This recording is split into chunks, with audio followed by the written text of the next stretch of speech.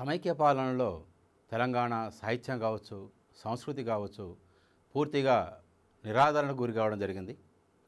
ఇప్పుడు మనం స్వరాష్ట్రంలో ఉన్నాం. తెలంగాణ రాష్ట్రం ఏర్పడిన తర్వాత మొట్టమొదట మన రాష్ట్ర ప్రభుత్వం గ్రూప్ 2 పరీక్షల కోసం నోటిఫికేషన్ కూడా వేయడం జరిగింది. ఈ గ్రూప్ 2 పరీక్షల కోసం పోటీ పడేటువంటి అభ్యర్థుల సంఖ్య సుమారు 8 లక్షలుగా ఉన్నది. ఏ తెలంగాణ సాహిత్యం, ఏ తెలంగాణ సంస్కృతి అయితే సమైక్య పాలనలో పూర్తిగా నిరాదరణకు గురి కావడం జరిగిందో, ఇవాళ మన రాష్ట్ర ప్రభుత్వం గ్రూప్ 2 పరీక్షలు కావచ్చు, గ్రూప్ 1 కావచ్చు, అదేవిధంగా గ్రూప్ 3, గ్రూప్ 4 లాంటి పోటీ పరీక్షలకు సంబంధించినటువంటి సిలబస్లో ఇవాళ తెలంగాణ సాహిత్యాన్ని కావచ్చు, అదేవిధంగా తెలంగాణ సంస్కృతి కావచ్చు పెద్దపీట వేయడం జరిగింది. ఇవాళ గ్రూప్ 2 పరీక్షలకు సంబంధించినటువంటి సిలబస్లో పేపర్ 1లో 7వ అధ్యాయంలో తెలంగాణ సమాజం, తెలంగాణ సాహిత్యం, సంస్కృతి, కళలకు సంబంధించినటువంటి అంశాలను గురించి పేర్కొనడం జరిగింది. అదేవిధంగా పేపర్ 4లో కూడా ఈ తెలంగాణ సాహిత్యానికి సంబంధించినటువంటి, ముఖ్యంగా తెలంగాణ ఉద్యమ సాహిత్యానికి సంబంధించినటువంటి అంశాల గురించి పేర్కొనడం జరిగింది. మొత్తం మీద గ్రూప్ 2 పరీక్షలకు సంబంధించినటువంటి విషయానికి వస్తే తెలంగాణ సాహిత్యానికి, సంస్కృతికి సంబంధించి సుమారు 15 నుండి 20 మార్కులకు వచ్చేటువంటి అవకాశం ఉంది. అంటే సుమారు 15 నుండి 20 ప్రశ్నలు తెలంగాణ సాహిత్యం నుండి, సంస్కృతి నుండి వచ్చేటువంటి అవకాశం ఉంటుంది. కాబట్టి ఈ పోటీ పరీక్షలు ప్రిపేర్ అయ్యేటువంటి అభ్యర్థులు తెలంగాణ సాహిత్యాన్ని సమగ్రంగా అధ్యయనం చేయాల్సిన అవసరం ఉంది. అదేవిధంగా తెలంగాణ సంస్కృతిని కూడా అధ్యయనం చేసి సమగ్రంగా తెలుసుకోవాల్సినటువంటి అవసరం ఉంది. అయితే ఇవాళ తెలంగాణ సాహిత్యాన్ని మనం అధ్యయనం చేయాల్సి వచ్చినప్పుడు ముందుగా ఎక్కడి నుండి ప్రారంభించాలి అనేటువంటి విషయాన్ని కూడా ఇవాళ పోటీ పరీక్షలకు ప్రిపేర్ అయ్యేటువంటి అభ్యర్థులు తెలుసుకోవాల్సినటువంటి అవసరం ఉంది. అయితే తెలంగాణ సాహిత్య చరిత్రను డాక్టర్ సుంకిరెడ్డి నారాయణ రెడ్డి గారు కావచ్చు, అదేవిధంగా డాక్టర్ ముదిగొండ సుజాత రెడ్డి గారు కావచ్చు, అదేవిధంగా డాక్టర్ ఎస్వి రామారావు గారు కావచ్చు, వీరు తెలంగాణ సాహిత్య చరిత్రను మొత్తము 7 అధ్యాయాలుగా విభజించడం జరిగింది. ఒకటి శాతవాహనానంతర యుగమని, అదేవిధంగా చాళుక్యుల యుగమని, అదేవిధంగా కాకతీయుల యుగమని, రాచకొండ పద్మనాయకుల యుగమని, కుతుబ్ షాహీల యుగమని, అసబ్జాహీల యుగమని, ఆధునిక యుగమని మొత్తం 7 యుగాలుగా తెలంగాణ సాహిత్య చరిత్రను విభజించడం జరిగింది. మొట్టమొదట శాతవాహనానంతర యుగాన్ని గురించి మనం ఇప్పుడు తెలుసుకుందాం. క్రీస్తు పూర్వం 3వ శతాబ్దం నుండి క్రీస్తు శకం 3వ శతాబ్దం వరకు శాతవాహన రాజులు తెలంగాణ ప్రాంతానే కాకుండా యావత్ తెలుగు ప్రాంతాలని పరిపాలించడం జరిగింది. అయితే మొట్టమొదట తెలుగు భాషా పదం ఏది అనే విషయాన్ని గురించి మనం చర్చించినప్పుడు క్రీస్తు శకం 1వ శతాబ్దానికి చెందినటువంటి నాగబు అనే పదము తెలుగు పదం అని గతంలో వేటూరి ప్రభాకర శాస్త్రి లాంటి చరిత్రకారులు వారు అభిప్రాయపడడం జరిగింది. ఇది అమరావతి స్తూపంపై ఉన్నటువంటి తొలి తెలుగు పదం నాగబు. ఈ నాగబు అనేటువంటి పదంలో చివర ఉన్నటువంటి భూ అనే ప్రత్యయం ఏదైతే ఉందో అది ము అనే ప్రత్యయానికి రూపాంతరం అని కూడా పేర్కొనడం జరిగింది. కానీ ఇవాళ మనం తెలంగాణ సాహిత్యాన్ని అధ్యయనం చేస్తున్నప్పుడు ఇవాళ తెలంగాణ సాహిత్య చరిత్రకారులు చెప్పినటువంటి విషయం ఏంటంటే క్రీస్తు శకం 1వ శతాబ్దానికన్నా ముందే, అంటే క్రీస్తు పూర్వం 3వ శతాబ్ది కాలంలోనే తెలంగాణ ప్రాంతంలో తెలుగు భాషకు సంబంధించినటువంటి ఆనవాళ్ళు ఇక్కడ కనబడుతున్నాయి. క్రీస్తు పూర్వం 3వ శతాబ్దం చెందినటువంటి కరీంనగర్ జిల్లాలోని కోటిలింగాలలో తవ్వినటువంటి ఆ త్రవ్వకాలలో వెలువడినటువంటి కొన్ని నాణేలపైన నారానాని, గోబదాని, సామవాప అనేటువంటి పదాలు మనకు కనబడుతున్నాయి. ఇవాళ తెలుగులో తొలి పదము ఏది అనేటువంటి విషయాన్ని మనం ప్రస్తావించినప్పుడు నాగబు కాదు. ఇవాళ తెలుగులో తొలి పదము నాగబు కాదు. ఏది అంటే కోటిలింగాలలో అక్కడ వెలువడినటువంటి నాణాలపై ఉన్నటువంటి నారణ కావచ్చు, అదేవిధంగా గోబద కావచ్చు, సమవాప అనేటువంటి పదాలు, వాటిని మాత్రమే ఇవాళ మనం తెలుగులో తొలి పదాలుగా మనం భావించాలి.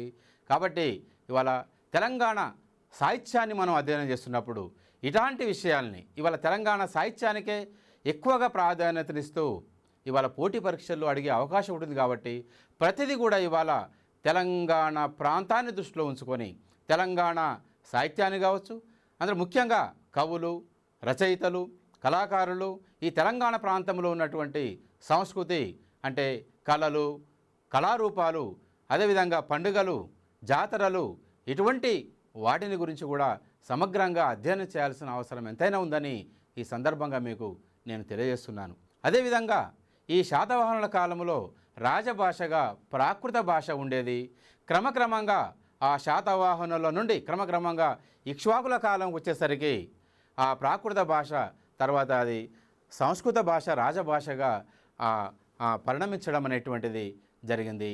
అయితే శాతవాహన కాలంలో ప్రధానంగా చెప్పుకోదగ్గటువంటి మనం కవుల విషయానికి వస్తే క్రీస్తు పూర్వం 2వ శతాబ్దానికి చెందినటువంటి కుంతల శాతకర్ణి ఆస్థానంలో శర్వవర్మ అనేటువంటి సంస్కృత పండితుడు, అదేవిధంగా గుణాఢ్యుడు అనేటువంటి గొప్ప రచయిత ఉన్నారనే విషయాన్ని మనం గుర్తుంచుకోవాలి.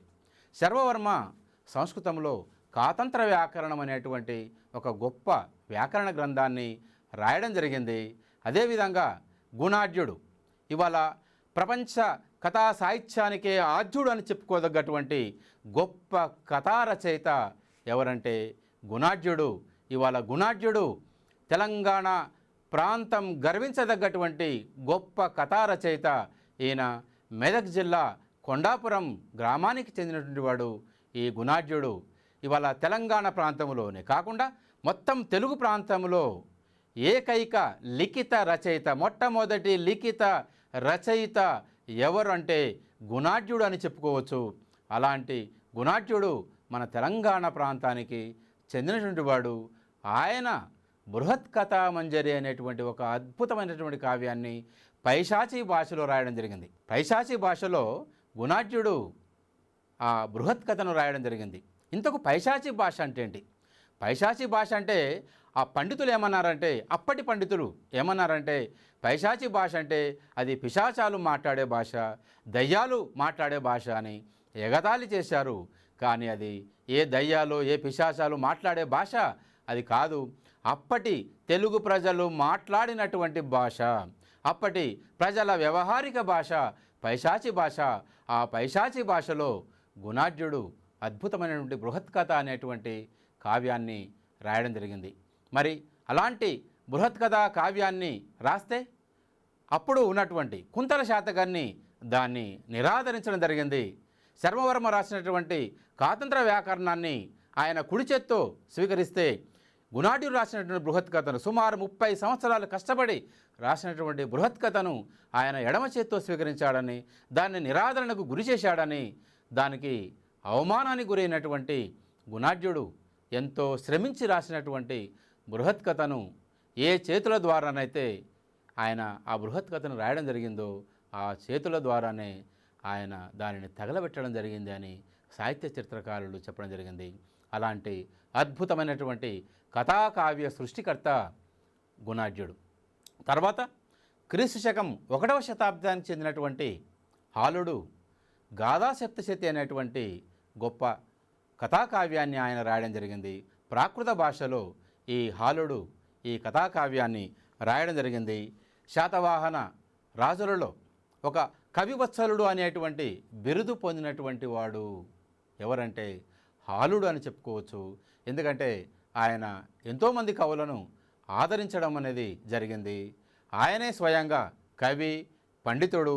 ఆయన రాసినటువంటి కథాకావ్యమే గాథా సప్తశతి. సుమారు 700 పద్యాలు కలిగినటువంటి కథాకావ్యం గాథా సప్తశతి. ఈ గాథా సప్తశతి ఏ భాషలో రాయడం జరిగింది అంటే ప్రాకృత భాషలో రాయడం జరిగింది. అప్పటి రాజభాష ప్రాకృతం కాబట్టి, ఆ ప్రాకృత భాషలో హాలుడు గాథా సప్తశతి అనేటువంటి కావ్యాన్ని రాయడం జరిగింది. అదేవిధంగా మహారాష్ట్రీ ప్రాకృతంలో లీలావతి అనేటువంటి కావ్యాన్ని రచించినటువంటి వాడు కుతూహలుడు. మహారాష్ట్రీ ప్రాకృతానికి సంబంధించినటువంటి భాషలో కుతూహలుడు లీలావతి అనేటువంటి కావ్యాన్ని రాసినవాడు కుతూహలుడు. హాలుడు రచించిన గాథా సప్తశతిలో కూడా కొన్ని తెలుగు పదాలు మనకు కనబడుతున్నాయి. అందులో ముఖ్యంగా అత్త, పత్తి, పడ్డ, పిల్ల, పొట్ట లాంటి తెలుగు పదాలు మనకు కనిపిస్తున్నాయి.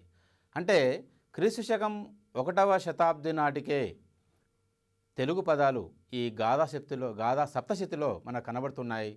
క్రీస్తు పూర్వం 3వ శతాబ్దం నాటి నుండి క్రీస్తు శకం 1వ శతాబ్ది వరకు, అంటే ఆ మధ్యకాలంలో అప్పటి తెలుగు ప్రజలు మాట్లాడేటువంటి అప్పటి వ్యవహార భాషలో ఉన్నటువంటి కొన్ని తెలుగు పదాలని అప్పటి ప్రాకృత కవులు తమ రచనల్లో వాటిని ఉపయోగించడం జరిగింది. తదనంతరం శాతవాహన రాజుల అనంతరం ఈ ప్రాంతాన్ని పరిపాలించినటువంటి వాకాటక రాజుల్లో ఒకడైనటువంటి 2వ ప్రవరసేనుడు సేతుబంధం అనేటువంటి ఒక ప్రాకృత కావ్యాన్ని రాయడం జరిగింది.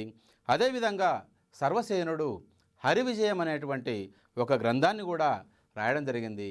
ఈ హరివిజయం అనేటువంటి గ్రంథం ఏదైతే ఉందో ఇది పారిజాతాపహరణానికి సంబంధించినటువంటి శ్రీకృష్ణుడు పారిజాత వృక్షాన్ని తీసుకొస్తూ ఇంద్రునితో యుద్ధం చేసి ఇంద్రుని జయించి ఆ పారిజాత వృక్షాన్ని తీసుకొని వచ్చినటువంటి ఇతివృత్తాన్ని హరివిజయం అనే పేరుతో సర్వసేనుడు ఈ ప్రాకృత కావ్యంగా ప్రాకృత భాషలో ఈ కావ్యాన్ని రాయడం జరిగింది. ఇక తెలంగాణలో శాసనాలు మొదట ప్రాకృత భాషలో, ఆ తర్వాత సంస్కృత భాషలో కొన్ని శాసనాలు కూడా వేయడం జరిగింది. అయితే తెలంగాణలో మొట్టమొదటి ప్రాకృత శాసనం ఏదంటే గోవిందరాజ విహార అనేటువంటి ప్రాంతంలో, గోవిందరాజ విహార అనేటువంటి ప్రాంతంలో ఒక శాసనం వేయబడింది. ఈ శాసనాన్ని గోవిందవర్మ విష్ణుకుండినుల రాజుల్లో ఒకడైనటువంటి గోవిందవర్మ ఈ శాసనాన్ని వేయడం జరిగింది. ఆ తర్వాత నల్లగొండ జిల్లా తుమ్మలగూడెంలో ఇది ఇంద్రపాల నగరంగా ప్రసిద్ధిగాంచినటువంటిది. ఒకప్పుడు ఇది విష్ణుకుండినుల రాజులకు రాజధానిగా ఉన్నటువంటి ఇంద్రపాల నగరంలో మొట్టమొదట ఒక తామ్ర శాసనాన్ని సంస్కృత భాషలో వేయడం జరిగింది. ఈ సంస్కృత భాషలో వేయనటువంటి తొలి శాసనం ఇంద్రపాల నగర శాసనం. ఈ ఇంద్రపాల నగర శాసనాన్ని వేయించినటువంటి విష్ణుకుండిన రాజు ఎవరు అంటే గోవిందవర్మ అని మనం చెప్పుకోవాలి. ఇలా తెలంగాణ ప్రాంతంలో మొట్టమొదట వేయబడినటువంటి సంస్కృత శాసనం ఏది అంటే ఇంద్రపాల నగరం తామ్ర శాసనం అని గుర్తుంచుకోవాలి. ఇది క్రీస్తు శకం 370 ప్రాంతంలో వేయబడినటువంటి సంస్కృత శాసనం. అదేవిధంగా ఆ తర్వాత తెలంగాణలో లభించినటువంటి సంస్కృత లక్షణ గ్రంథాలలో మొట్టమొదటి లక్షణ గ్రంథం ఏదంటే జనాశ్రయుడుగా ప్రసిద్ధిగాంచినటువంటి గోవిందవర్మయే ఒక లక్షణ గ్రంథాన్ని రాయడం జరిగింది. ఆ లక్షణ గ్రంథం ఏదంటే జనాశ్రయ చందో విచ్చిత్తి అనేటువంటి లక్షణ గ్రంథం. ఈ జనాశ్రయ చందో విచ్చిత్తి అనేటువంటి లక్షణ గ్రంథాన్ని రచించినటువంటి కవి విష్ణుకుండిన రాజైన గోవిందవర్మ. ఇలా శాతవాహనాల నుండి మొదలుకొని విష్ణుకుండినుల రాజుల వరకు వచ్చేసరికి మొట్టమొదట ప్రాకృత భాష అనేటువంటిది రాజభాషగా ఉన్నది, శాసన భాషగా ఉన్నది. అక్కడక్కడ కవులు రచయితలు తాము రాసినటువంటి కావ్యాలలో అప్పటి ప్రజలు ఉపయోగించినటువంటి అప్పటి వ్యవహార భాషా పదాలను కూడా తమ రచనల్లో వారు ఉపయోగించడం జరిగింది. వారి రచనల్లో కావచ్చు, వారి శాసనాల్లో కావచ్చు, అక్కడక్కడ కొన్ని అప్పటి జన వ్యవహార భాషా పదాలని ఉపయోగించడం జరిగింది. మొట్టమొదటి తెలుగు పదము నాగబు కాదు. ఏదది? నారన, గోబద అనేటువంటి పదాలను మీరు గుర్తుంచుకోవాలి. ఇవాళ తెలంగాణ ప్రాంతంలోనే కాదు, మొత్తం తెలుగు ప్రాంతాల్లో మొట్టమొదటి తెలుగు పదము నారన అనేటువంటి పదము. ప్రశ్నగా వస్తే తెలుగు పదం ఏది, మొట్టమొదట తెలుగు ప్రాంతాల్లో ఉన్నటువంటి తెలుగు పదం ఏది అనేటువంటి ప్రశ్న వచ్చినప్పుడు నారాయణ అనేటువంటి పదము, ఈ నారాయణ అనే పదము ఎక్కడ కనబడుతుంది అంటే, ఏ ప్రాంతంలో కనబడుతుందంటే ఇది కరీంనగర్ జిల్లాలోని కోటిలింగాలలో తవ్వబడినటువంటి తవ్వకాలలో వెలువడిన నాణాలపైన ఈ నారాయణ అనే పదము, అదేవిధంగా గోబద అనేటువంటి పదము ఉన్నది. అదేవిధంగా ఏ కావ్యములో మొట్టమొదట ఈ అత్త, పిల్ల, పడ్డ, పొట్ట అనేటువంటి పదాలు కనబడుతున్నాయి అన్నప్పుడు క్రీస్తు శకం 1వ శతాబ్దికి చెందినటువంటి హాలుడు రచించిన గాథా సప్తశతిలో మొట్టమొదట ఈ తెలుగు పదాలు ఉన్నాయి అని. మరి ఈ గాథా సప్తశతిని రచించినటువంటి కవి ఎవరు అన్నప్పుడు హాలుడు. ఈ హాలుని గల బిరుదు ఏది అని అన్నప్పుడు కవివత్సలుడు అనేటువంటి బిరుదును మనం గుర్తుంచుకోవాలి. అదేవిధంగా ఈ గాథా సప్తశతి ఏ భాషలో రాయబడింది అన్నప్పుడు ఈ గాథా సప్తశతి ప్రాకృత భాషలో రాయబడింది. గాథా సప్తశతిలో ఉన్నటువంటి పద్యాల సంఖ్య ఎంతంటే 700 పద్యాలు.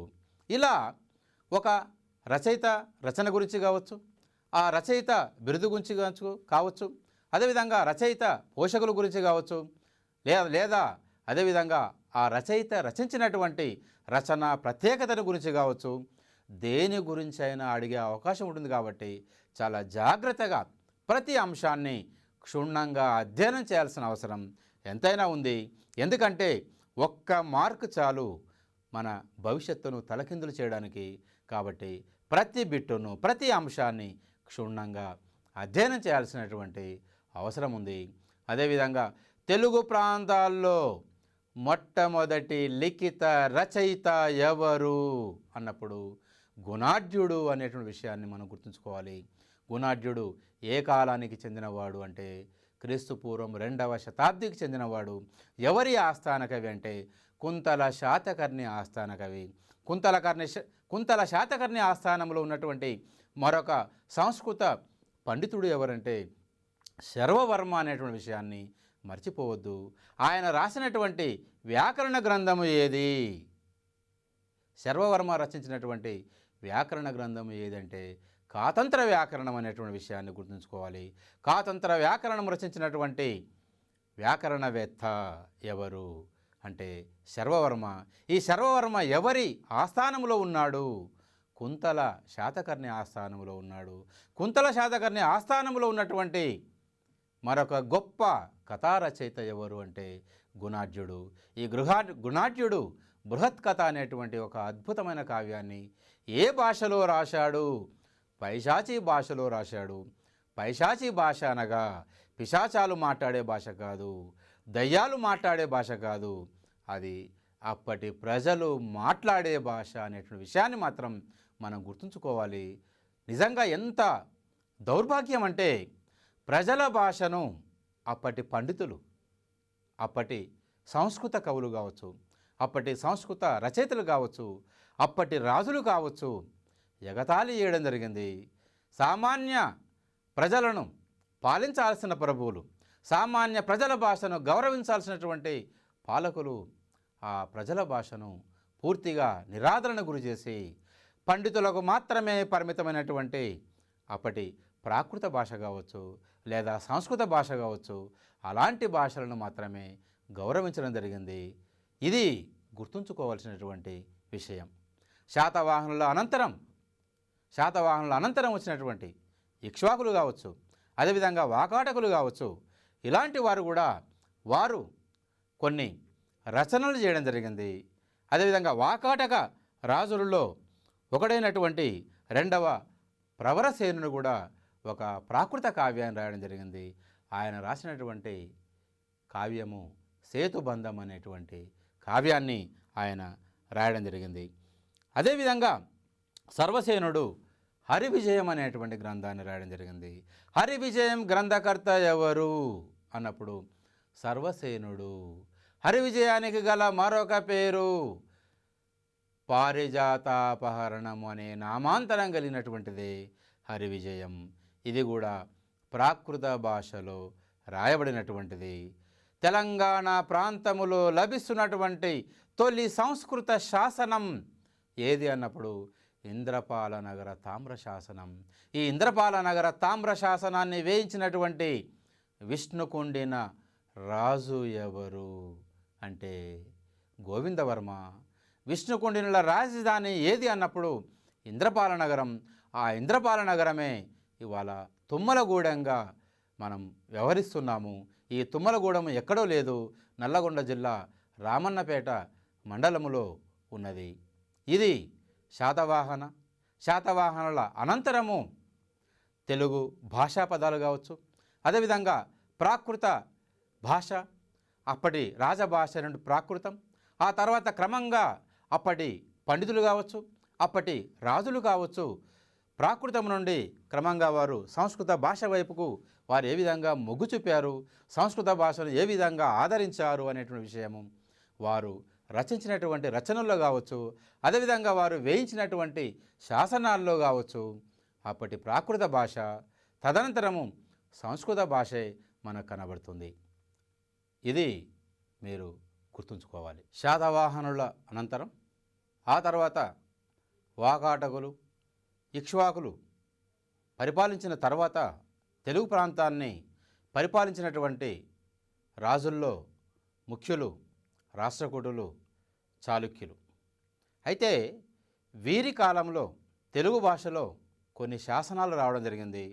వీరికన్నా ముందు ప్రాకృత భాషలో, సంస్కృత భాషలో శాసనాలు వెలువడితే ఈ చాళుక్యుల కాలంలో తెలుగు భాషలో గద్య శాసనాలు, అదేవిధంగా పద్య శాసనాలు కూడా రావడం జరిగింది. రాష్ట్రకూట రాజైనటువంటి అమోఘవర్షుడు కన్నడ భాషలో రచించినటువంటి చందో గ్రంథాలు కవిరాజ మార్గము, రత్నమాలిక అనేటువంటి గ్రంథాలు. ఈ రెండు కూడా ఛందస్సుకు సంబంధించినటువంటి గ్రంథాలే. అవి కవిరాజ మార్గ అనేటువంటిది ఒకటి, రత్నమాలిక అనేటువంటి గ్రంథం మరొకటి. ఈ రెండింటినీ రచించినటువంటి రాష్ట్రకూట రాజు ఎవరంటే అమోఘవర్షుడు. ఈ అమోఘవర్షుడు ఏ భాషలో రాశాడు? కన్నడ భాషలో రాశాడు అనేటువంటి విషయాన్ని గుర్తుంచుకోవాలి. తెలంగాణ ప్రాంతంలో వేయబడినటువంటి తొలి గద్య శాసనం ఏది అనేటువంటి విషయాన్ని మీరు తప్పనిసరిగా గుర్తుంచుకోవాలి. ఎందుకంటే ఇలాంటి ప్రశ్నల్ని అడిగే అవకాశం ఎక్కువగా ఉంటుంది. తెలంగాణ ప్రాంతంలో వేయబడిన తొలి గద్య శాసనం ఇది కొరివి శాసనం. ఈ కొరివి శాసనాన్ని వేయించినటువంటి రాజు ఎవరంటే ముదిగొండ చాళుక్య రాజైనటువంటి నిరవధ్యుడు ఈ కొరివి శాసనాన్ని వేయించాడు. క్రీస్తు శకం 930 ఆ ప్రాంతంలో ఈ కొరివి శాసనాన్ని వేయించడం జరిగింది.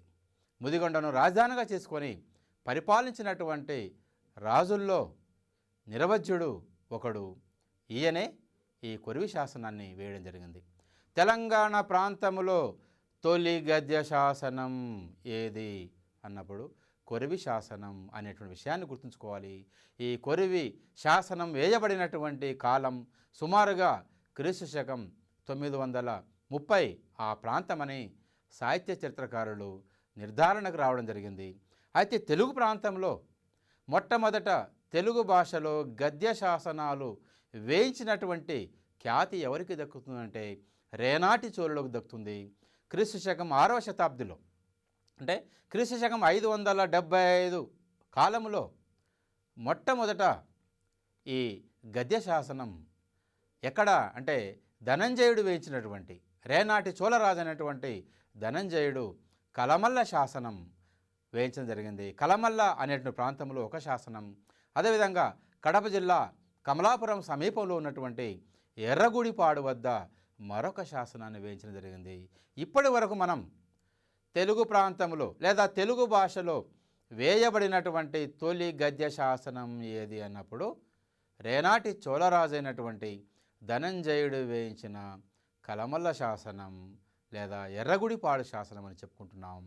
ఇవాళ మనం తెలంగాణ కోణంలో, తెలంగాణ భాషా సాహిత్యాల సంస్కృతి ఈ కోణంలో మనం అధ్యయనం చేయాలి కాబట్టి, మనం తెలంగాణ సాహిత్యానికి ప్రాధాన్యత ఇవ్వాలి కాబట్టి ఇవాళ తెలంగాణ ప్రాంతంలో వేయబడినటువంటి తొలి గద్య శాసనం ఏది అంటే కొరివి శాసనం అని చెప్పుకోవాలి.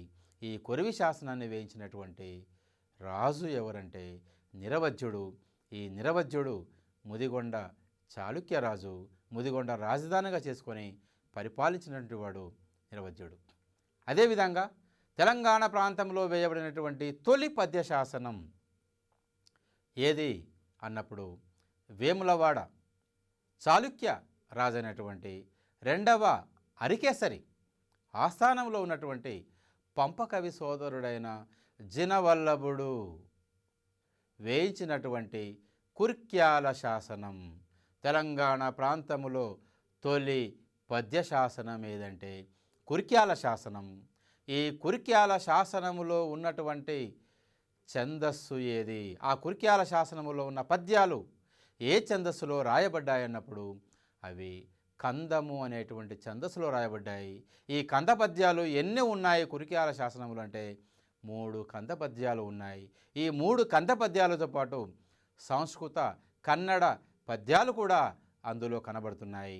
ఈ కుర్క్యాల శాసనాన్ని వేయించినటువంటి వాడు పంపకవి సోదరునటువంటి చినవల్లభుడు. అయితే తెలుగు ప్రాంతంలో వేయబడినటువంటి తొలి పద్య శాసనం ఏది అన్నప్పుడు పండరంగని అద్దంకి శాసనం అని మనం ఇప్పటివరకు చదువుకున్నాం. పండరంగని అద్దంకి శాసనం ఇది క్రీస్తు శకం 848 ప్రాంతము కాలంలో ఈ అద్దంకి శాసనం వేయబడింది. తూర్పు చాళుక్య రాజైనటువంటి గుణగ విజయాదిత్యుని సేనాని అయినటువంటి పండరంగడు అద్దంకి శాసనం వేయడం జరిగింది. ఈ అద్దంకి శాసనంలో ఉన్నటువంటి పద్యం తరువోజ అనేటువంటి ఛందస్సుకు సంబంధించింది. అంతేకాకుండా ఈ ఛందస్సు తరువోజ పద్యం తర్వాత కొంత గద్య కూడా ఉంటుంది.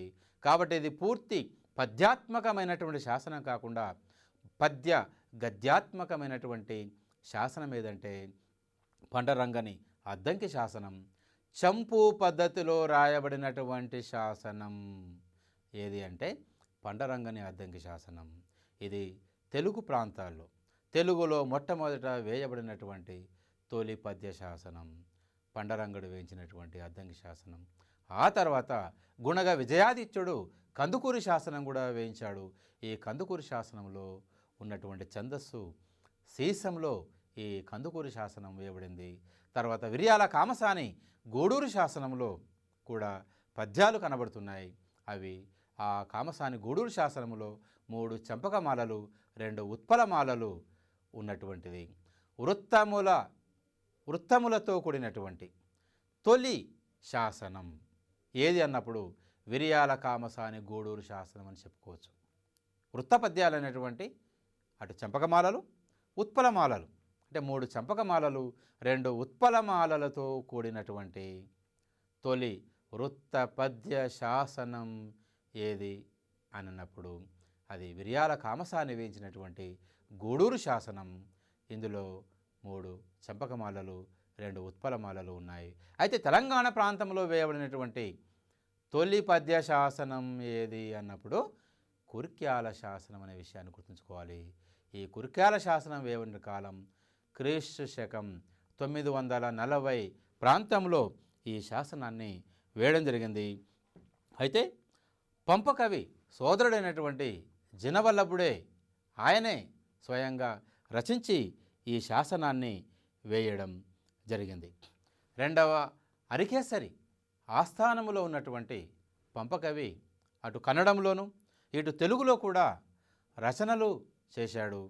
కన్నడంలో ఆయన ఆది కవిగా ఎంతో ప్రసిద్ధిగాంచాడు.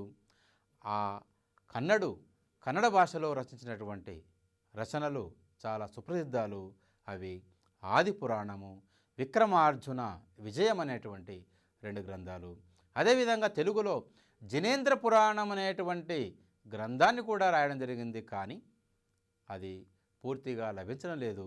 అందులో కొన్ని పద్యాలు మాత్రమే దొరుకుతున్నాయి. ఒకవేళ ఈ జినేంద్ర పురాణం అనేది పూర్తిగా లభిస్తే తెలుగులో కూడా ఆది కవిగా ఈ పంపకవి ప్రసిద్ధిగాంచేవాడు. తెలుగులో ఆది కవి పంపన లేదా పంపడు అని మనం చెప్పుకునే వాళ్ళము. కానీ ఆ జినేంద్ర పురాణం ఇవాళ పూర్తిగా లభించడం లేదు. అంటే నన్నయ్య కన్నా ముందే పంపన తెలుగులో రచన చేశాడు.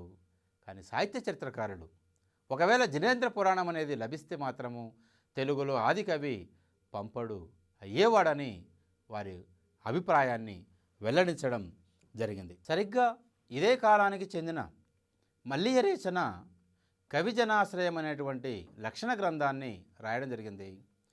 తెలుగు సాహిత్యంలో వెలువడినటువంటి తొలి లక్షణ గ్రంథం కవిజనాశ్రయం. ఈ కవిజనాశ్రయం లక్షణ గ్రంథ రచయిత మల్లియ రేచన అనేటువంటి విషయాన్ని గుర్తుంచుకోవాలి. తెలుగులో తొలి లక్షణ గ్రంథకర్త ఎవరు అంటే మల్లియ రేచన అని మనం చెప్పుకోవచ్చు.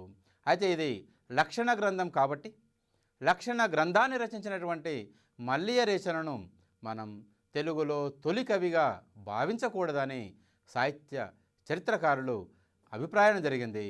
ఇలా తెలుగు సాహిత్యంలో వచ్చినటువంటి అనేక ప్రక్రియలు మనం ఒకసారి దృష్టిలో ఉంచుకుంటే తెలంగాణ ప్రాంతము నుండే ఈ అన్ని ప్రక్రియలు కూడా రావడం జరిగింది.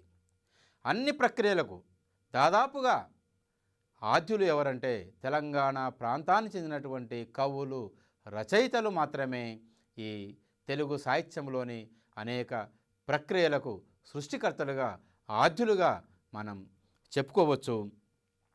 తర్వాత సోమదేవ సూరి, ఈయన రెండవ అరికేసరి ఆస్థానంలో ఉన్నటువంటి సంస్కృత పండితుడు, అదేవిధంగా కవి కూడా.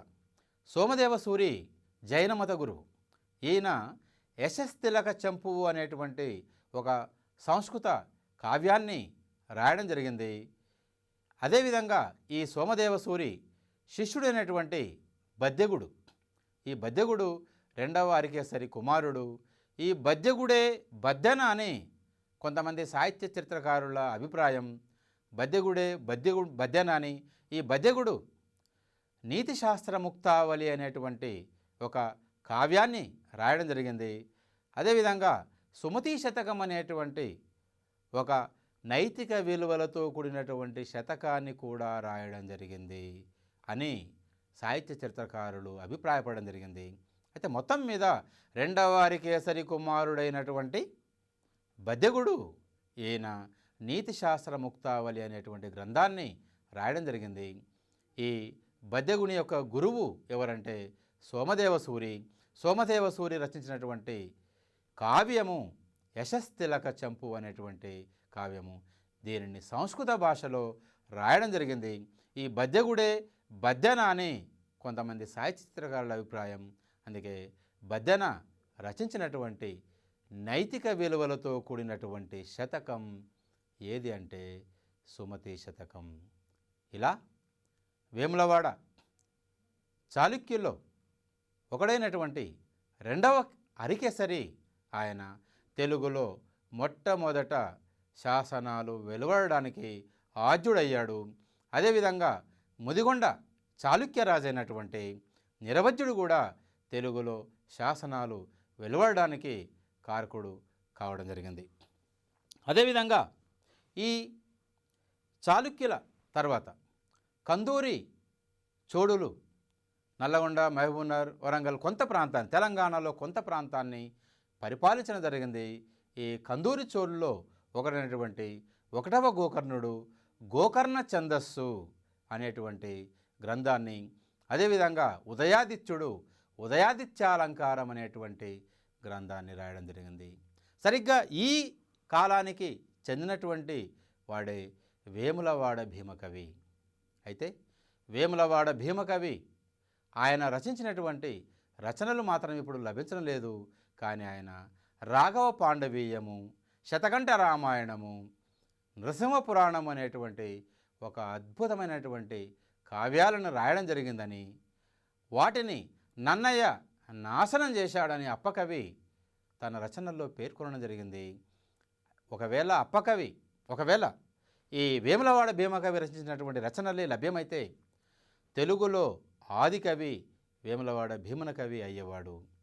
అయితే శ్రీనాథుని కాలం నాటి వరకు కూడా శ్రీనాథుడు తాను రచించినటువంటి శృంగార నైషధంలో వచయంతు వేములవాడ భీమన భంగి ఉద్దొండలీల ఒక్కొక్క మాటు భాషంతు నన్నయ్య బట్టు మార్గంబున ఉభయవా ప్రౌఢి ఒక్కొక్క మాటు అని ఆయన చెప్పుకున్నాడు. అంటే మొట్టమొదట శ్రీనాథుడు వేములవాడ భీమకవిని స్మరించుకున్న తర్వాతనే నన్నయ్యను ఆయన స్మరించుకోవడం జరిగింది.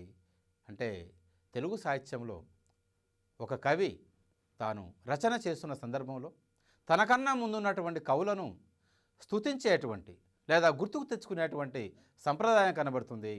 అలాంటి సంప్రదాయాన్ని పాటించినటువంటి శ్రీనాథుడు తాను శృంగార నైషేధాన్ని రాస్తూ అవతారికలో తన కన్నా పూర్వకవులైనటువంటి మొట్టమొదట వేములవాడ భీమకవిని, ఆ తర్వాతనే నన్నయ్యను గుర్తు తెచ్చుకోవడం జరిగింది. అంటే శ్రీనాథుని కాలము నాటి వరకు కూడా వేములవాడ భీమకవియే తెలుగు సాహిత్యంలో ఆది కవి అని మనం చెప్పుకోవచ్చు. కానీ వేములవాడ భీమకవి రాసినటువంటి ఏ రచనలు కూడా మనకిప్పుడు లభించడం లేదు.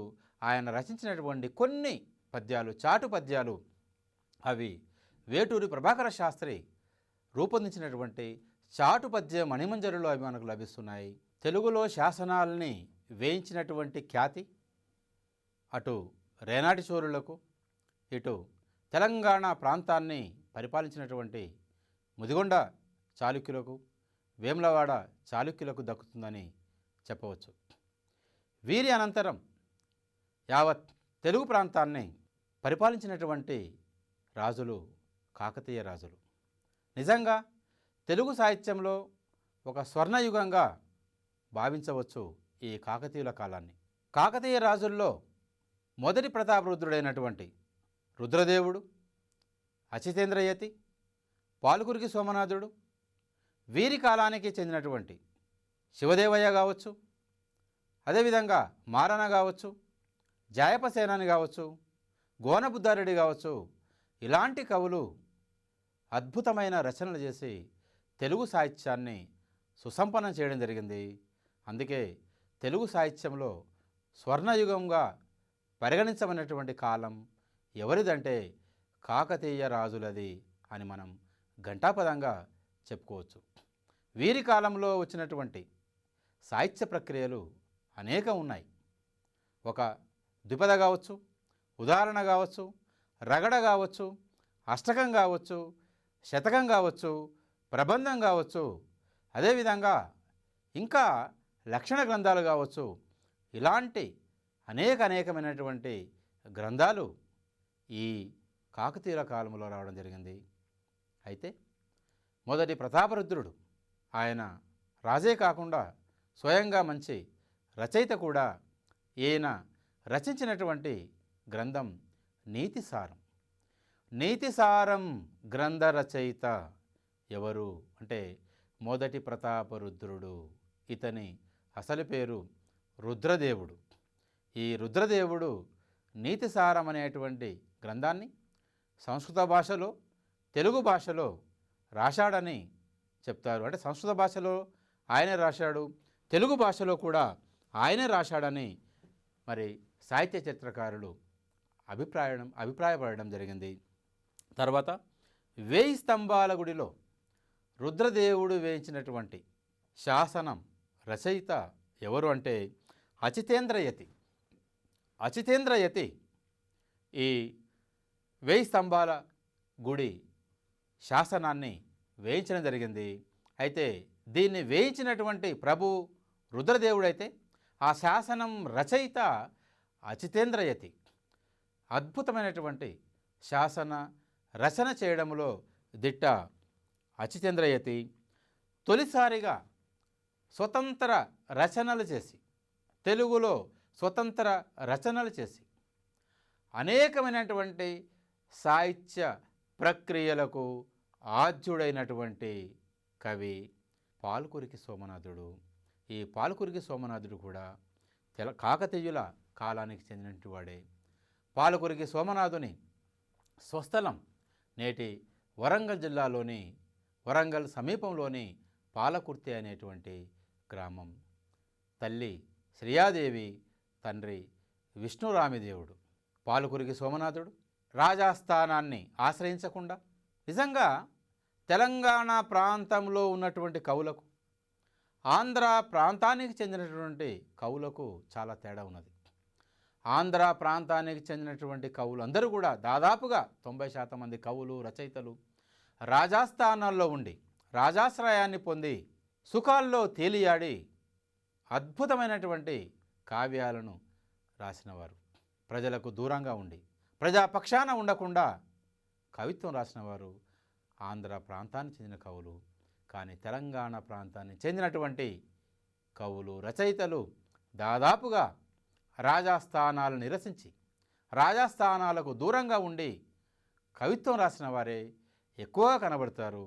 అటువంటి వారిలో చెప్పుకోదగ్గ కవి, తొలి స్వతంత్ర కవి పాలుకురికి సోమనాథుడు. తెలుగు మాటలనంగవలదు వేదముల కొలదేకా చూడు అన్నాడు. తెలుగు భాషలో రచన చేయడం అంటే ఎంతో ధైర్యంతో కూడుకున్నది. ఆ రోజుల్లో ఏ కవైనా అప్పటి ప్రజల భాషలో రచనలు చేస్తే అవమానానికి గురయ్యేవాడు.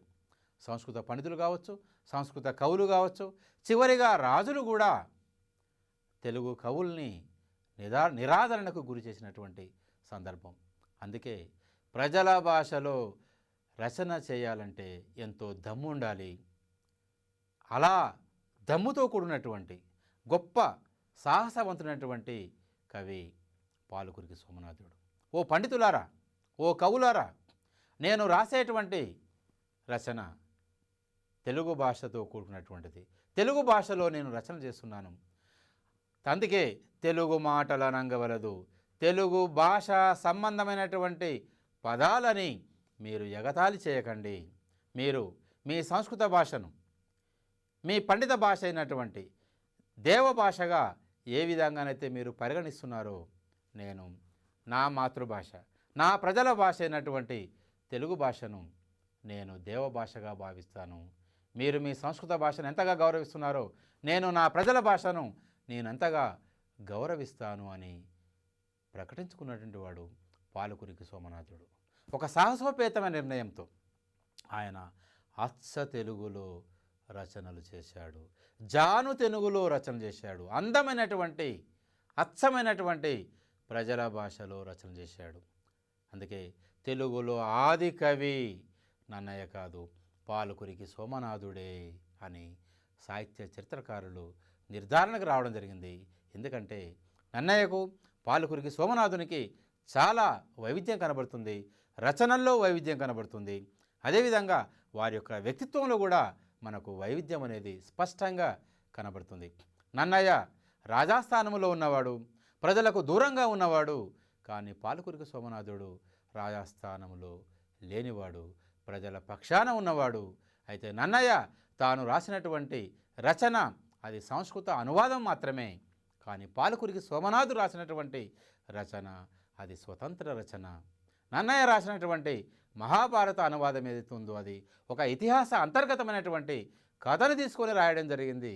కానీ పాలుకురికి సోమనాథుడు రాసినటువంటి రచనలన్నీ తన కాలము నాటి సామాజిక సంబంధమైన అంశాలను ఇతివృత్తంగా తీసుకొని రచనలు చేశాడు.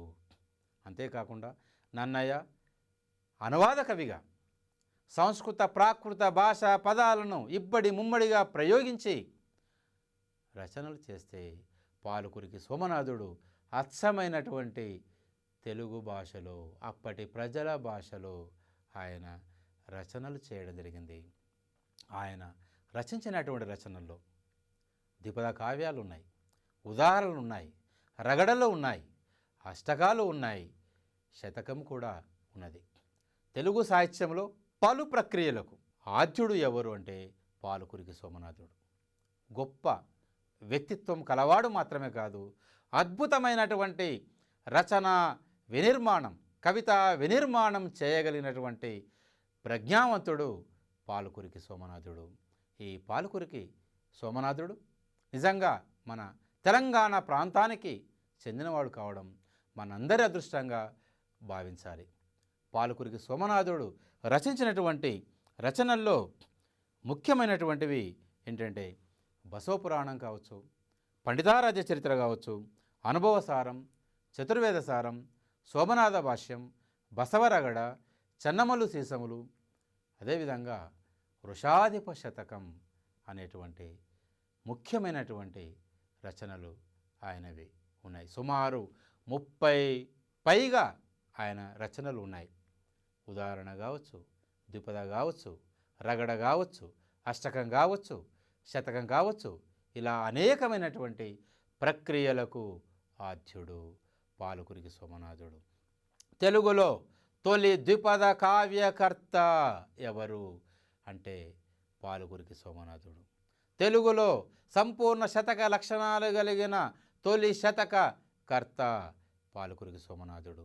తెలుగులో తొలి ఉదాహరణ కావ్యకర్త పాలకురికి సోమనాథుడు. తెలుగులో తొలి రగడ తొలి అష్టకం రచన గావించినటువంటి వాడు ఎవరంటే పాలకురికి సోమనాథుడని ఈ విధంగా మనం చెప్పుకుంటూ పోవచ్చు. ఎన్ని క్రెడిట్లు అంటే తెలుగు సాహిత్యంలో పాలకురికి సోమనాథునికి ఉన్నటువంటి ఆ కీర్తి మరే కవికి దక్కదని మనం ఈ సందర్భంగా చెప్పుకోవచ్చు. అలాంటి పాలకురికి సోమనాథుని గురించి తప్పనిసరిగా అడిగే అవకాశం ఉంటుంది. ఇది మీరు గుర్తుంచుకోవాలి.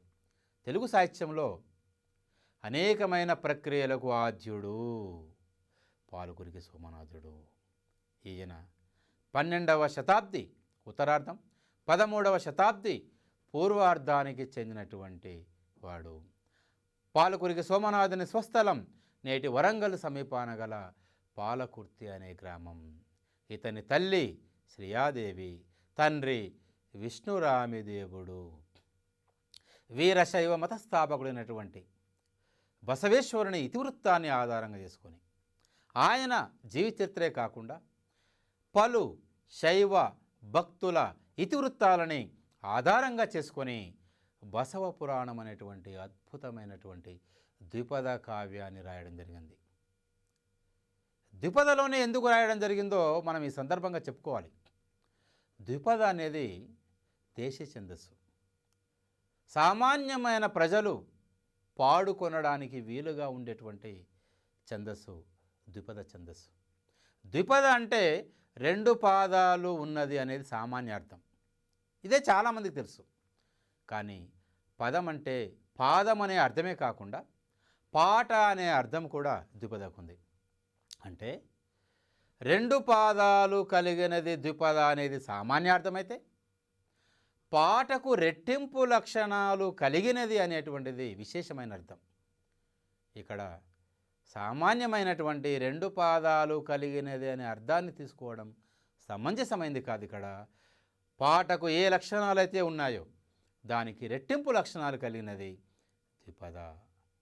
ప్రజలు పాడుకోవడానికి వీలుగా ఉండేటువంటిది, దేశీయమైన ఛందస్సు కలిగినటువంటిది, ఒక్కసారి వినగానే లేదా చదవగానే అవగాహన చేసుకోవడానికి వీలుగా ఉన్నటువంటిది, ప్రజల భాషలో ఒదిగిపోయేటువంటి తత్వము కలిగినటువంటి ద్విపద ఛందస్సు.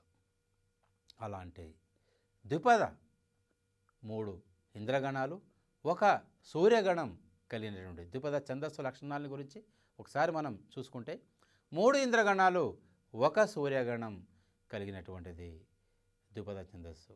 పాడుకోవడానికి సులభంగా ఉన్నటువంటిది. నన సరిగామ పదని సరిగామ పదని ఇది చాలా చులకన ఇది చాలా పాత అని ఎన్ని రకాలుగా అంటే అన్ని రకాలుగా పాడుకునేటువంటి అద్భుతమైన శక్తి ద్విపదకు ఉంటుంది. ఒక బుర్రకథ స్టైల్లో కావచ్చు, ఒక తందనాన కథగా కావచ్చు, ఒక బతుకమ్మ పాటగా కావచ్చు, ఒక ఒగ్గు కథగా కావచ్చు, ఒక యక్షగానంగా కావచ్చు, ఇలా అనేకమైన జానపద కళారూపాలను అన్వయిస్తూ ద్విపదను పాడుకునేటువంటి ఒక అద్భుతమైన శక్తి ద్విపదకు ఉంటుంది. అందుకే పాలకురికి సోమనాథుడు ద్విపద ఛందస్సుని ఎన్నుకున్నాడు.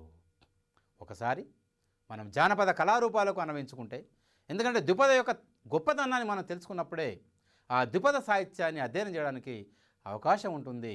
ఒక తందనాన కథగా, ఒక బుర్ర కథగా, ఒక బతుకమ్మ పాటగా మనం ద్విపదను అన్వయించుకున్నప్పుడు, మొదట బుర్రకథ బాణిలో మనం ద్విపదను చదువుకున్నప్పుడు వినరోరి ద్వారక విషదంబుగాను తందాన తందాన తందాన అని ఒక బుర్రకథ స్టైల్లో, అదేవిధంగా ఒక తందాన కథ స్టైల్లో వినరోరి ద్వారక తందాన విషదంబుగాను తందాన తందాన తందాన తందాన తానే తందనాన తందాన, ఇలా ఒక తందనాన కథలో, అదేవిధంగా తెలంగాణ సంస్కృతికి ప్రతీక అయినటువంటి, ప్రపంచంలో ఎక్కడా లేనటువంటి ఒక అద్భుతమైన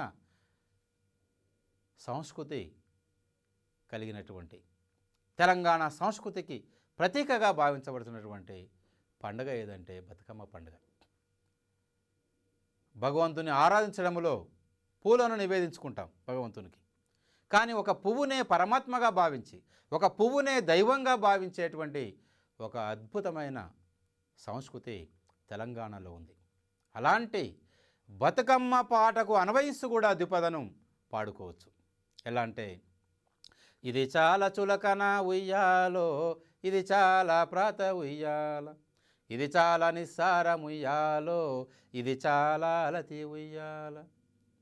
బతుకమ్మ పాటల్లో ప్రధానంగా వలలో, కోల్, అదేవిధంగా ఉయ్యాలో అనేటువంటి కోరసలు బాగా ఉంటాయి. గ్రామీణ ప్రాంతాల్లో పాడేటువంటి మహిళలైతే ఉయ్యాలో అని, పట్టణ ప్రాంతాల్లో పాడేటువంటి స్త్రీలైతే వలలో అని, అదేవిధంగా కోల్ అనేటువంటి కోరసల్ని బాగా ఉపయోగిస్తారు. ఇది చాలా చులకనా కోల్, ఇది చాలా ప్రాతాకోల్ అని, అదేవిధంగా వలలో అని, ఇది చాలా చులకనా వలలో, ఇది చాలా ప్రాతా వలలో అని, ఇలా ద్విపదను ఎన్ని రకాలుగా అంటే అన్ని రకాలుగా జానపద కళారూపాలకు అన్వయిస్తూ పాడుకునేటువంటి ఒక అద్భుతమైనటువంటి ఆ శక్తి దానికి ఉంది. కాబట్టే పాలకురికి సోమనాథుడు దేశీయమైన ఛందస్సు అయినటువంటి ఆ ద్విపదను ఎన్నుకోవడం జరిగింది. అలా ద్విపదలో ఆయన బసవపురాణము, పండితారాధ్య చరిత్ర అనేటువంటి 2 కావ్యాలను రాయడం జరిగింది. బసవపురాణం వీరశైవ మతస్థాపకుడైనటువంటి బసవేశ్వరుని యొక్క జీవిత కథతో పాటు పలువురు శైవ మత భక్తులు వారికి సంబంధించినటువంటి కథలను కూడా తీసుకొని బసవ పురాణం రాయడం జరిగింది. ప్రథమాంధ్ర సాంఘిక పురాణంగా ప్రసిద్ధిగాంచినటువంటి ద్విపద కావ్యము ఏది అంటే బసవ పురాణం అని చెప్పుకోవాలి. ప్రథమాంధ్ర సాంఘిక పురాణం, ప్రథమాంధ్ర సాంఘిక కావ్యం, ప్రథమాంధ్ర సాంఘిక ద్విపద కావ్యం ఏ విధంగానైనా అడగొచ్చు. కాబట్టి అలా బసవ పురాణానికి ఇన్ని విశిష్టతలు ఉన్నాయి. ఈ బసవ పురాణం ప్రథమాంధ్ర సాంఘిక పురాణమని, అదేవిధంగా ప్రథమాంధ్ర సాంఘిక కావ్యమని, అదేవిధంగా తొలి ద్విపద కావ్యమని ఇలా చెప్పుకోవచ్చు. అదేవిధంగా పండితారాధ్య చరిత్ర అనేటువంటి మరొక అద్భుతమైనటువంటి ద్విపద కావ్యాన్ని రాశాడు. చూడండి, పాలకురికి సోమనాథుడు ఎక్కడ కూడా ఏ పురాణాంతర్గతమైనటువంటి ఇతిహాసాంతర్గతమైనటువంటి కథలను తీసుకోకుండా తన కళ్ళ ముందు జరుగుతున్నటువంటి అనేకమైన సంఘటనలు కావచ్చు, సామాజిక సంబంధమైనటువంటి అంశాలు కావచ్చు, అలాంటి వాటిని ఇతివృత్తాలుగా తీసుకొని ఆయన కావ్యాలుగా మలచడం జరిగింది. పండితారాధ్య చరిత్ర వీరశైవ మత ప్రచారకుల్లో ఒకడైనటువంటి మల్లికార్జున పండితుని జీవితాన్ని ఆధారంగా చేసుకొని ఆయన పండితారాధ్య చరిత్ర అనేటువంటి అద్భుతమైన ద్విపద కావ్యాన్ని రాయడం జరిగింది. ఇది తొలి విజ్ఞాన సర్వస్వంగా, తెలుగులో తొలి విజ్ఞాన సర్వస్వంగా భావించబడుతున్నటువంటి కావ్యము ఏది అంటే పండితారాధ్య చరిత్ర అని చెప్పుకోవాలి. అలాంటి పండితారాధ్య చరిత్ర గ్రంథ రచయిత ఎవరు? పాలకురికి సోమనాథుడు. పండితారాధ్య చరిత్ర ఏ ఛందస్సులో రాయబడింది? ద్విపద ఛందస్సులో రాయబడింది. అదేవిధంగా విజ్ఞాన సర్వస్వంగా భావించబడుతున్నటువంటి కావ్యము ఏది అన్నప్పుడు పండితారాధ్య చరిత్ర అని చెప్పుకోవాలి. మల్లికార్జున పండితుని జీవితాన్ని ఆధారంగా చేసుకొని పాలకురికి సోమనాథుడు రచించినటువంటి కావ్యము ఏది అంటే ఏదని చెప్పుకోవాలి? పండితారాధ్య చరిత్ర. ఇలా పాలకురికి సోమనాథుడు రచించినటువంటి 2 ద్విపద కావ్యాలు తెలుగు సాహిత్యంలో విశిష్టమైనటువంటి స్థానాన్ని సంపాదించుకున్నాయి. అదేవిధంగా ఆయన రాసినటువంటి శతకం బసవ బసవ వృషాధిప అనేటువంటి మకుటంతో ఆయన రాసినటువంటి ఒక శివభక్తి ప్రబోధాత్మకమైనటువంటి ఒక అద్భుతమైనటువంటి శతకాన్ని రాశాడు. ఆ శతకమే వృషాధిప శతకం.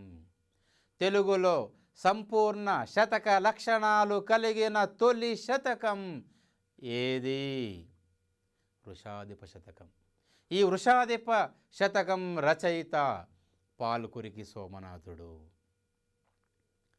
వృషాధిప శతకం ఏ మత సంబంధమైనది? శైవ మత సంబంధమైనటువంటిది, శివభక్తి ప్రబోధాత్మకమైనటువంటిది వృషాధిప శతకం. తెలుగులో తొలి సంపూర్ణ శతక లక్షణాలు కలిగినటువంటి శతకం వృషాధిప శతకం. అయితే అంతకుముందు మల్లికార్జున పండితుడు శివతత్వసారం అనే శతకాన్ని రాశాడు. కానీ ఈ శివతత్వసారం అనేటువంటిది సంపూర్ణ శతక లక్షణాలు కలిగినటువంటిది కాదు. తెలుగులో తొలి శతకం అంటే శివతత్వసారం అని చెప్పుకోవచ్చు. కానీ ఒక శతకానికి ఉండాల్సినటువంటి లక్షణాలు సమగ్రంగా ఈ శివతత్వసారంలో లేవు. ఒక మకుట నియమం కావచ్చు, ఒక సంఖ్యా నియమం కావచ్చు, ఇవి లేనటువంటి శతకం.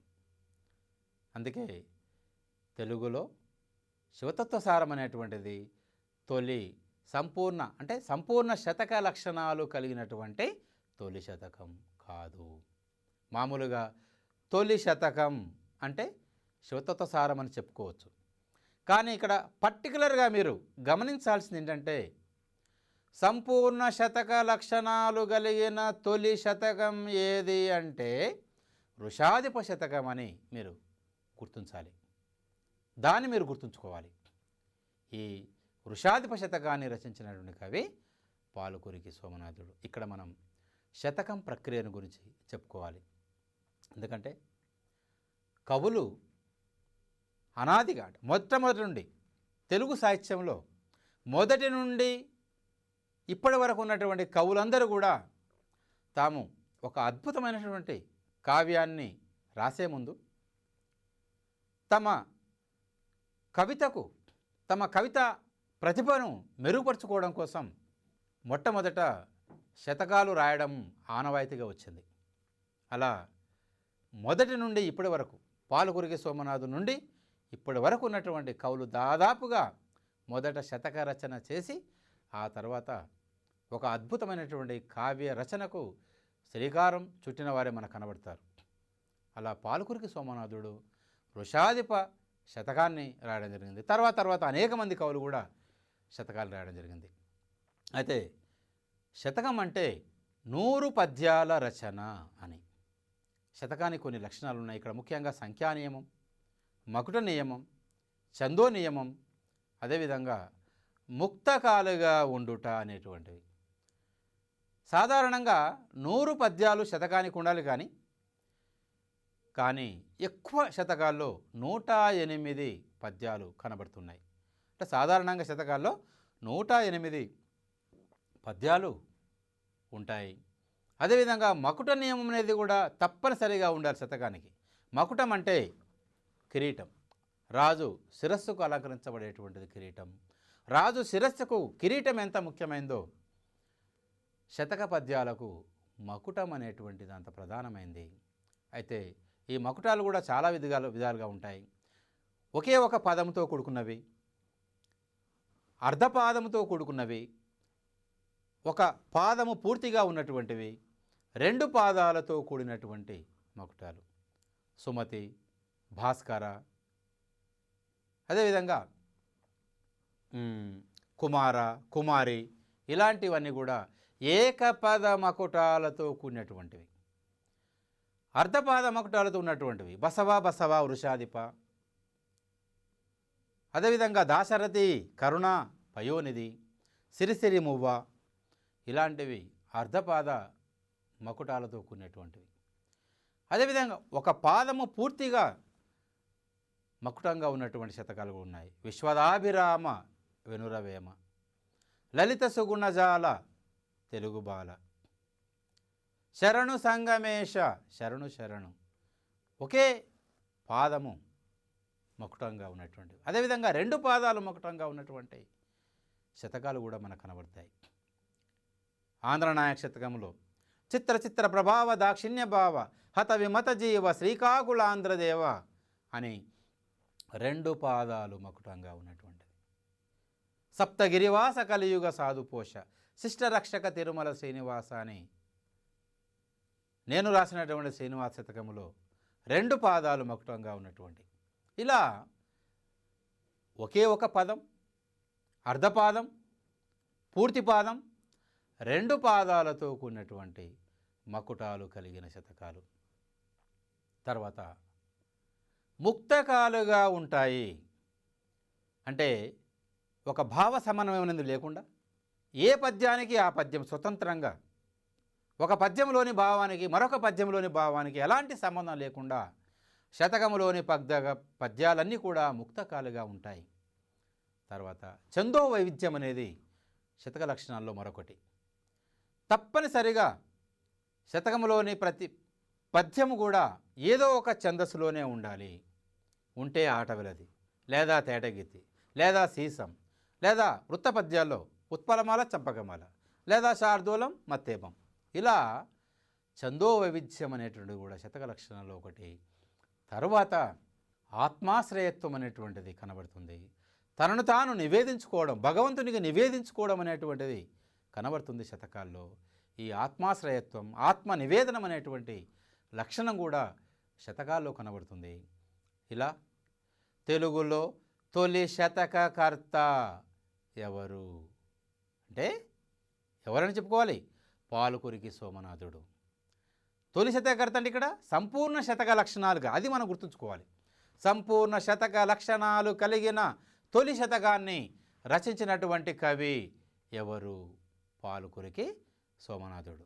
మామూలుగా తెలుగులో తొలి శతకం అంటే శివతత్వసారం. ఇక్కడ ఆప్షన్లో తెలుగులో తొలి శతకం 1 శివతత్వసారం, 2 వృషాధిప శతకం, 3 సుమతి శతకం, 4 భాస్కర శతకం అంటాడు.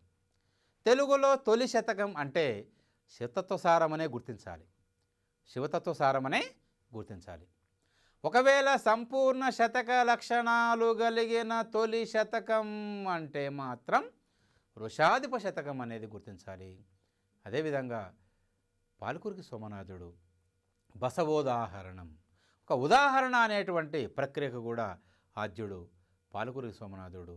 రగడ, అష్టకం, ఇలా అనేకమైనటువంటి ప్రక్రియలకు సృష్టికర్త ఎవరంటే పాలుకురికి సోమనాథుడు అని మనం చెప్పుకోవాలి. కాబట్టి పాలుకురికి సోమనాథునికి సంబంధించినటువంటి ఏదేని ఒక రచన నుండి ఏదేని ఒక రచన గురించి అడిగే అవకాశం ఉంటుంది.